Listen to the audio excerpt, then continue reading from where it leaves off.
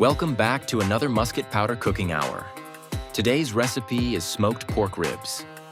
Click the thumbs up and start off by bringing a smoker to 225 degrees Fahrenheit. If you don't have a smoker, you can preheat a gas grill to 225 degrees Fahrenheit for this step. Prepare a 50-50 mixture of 1/2 cup of apple cider vinegar and 1/2 cup of beer in a spray bottle and set aside. Now let's get to the ribs.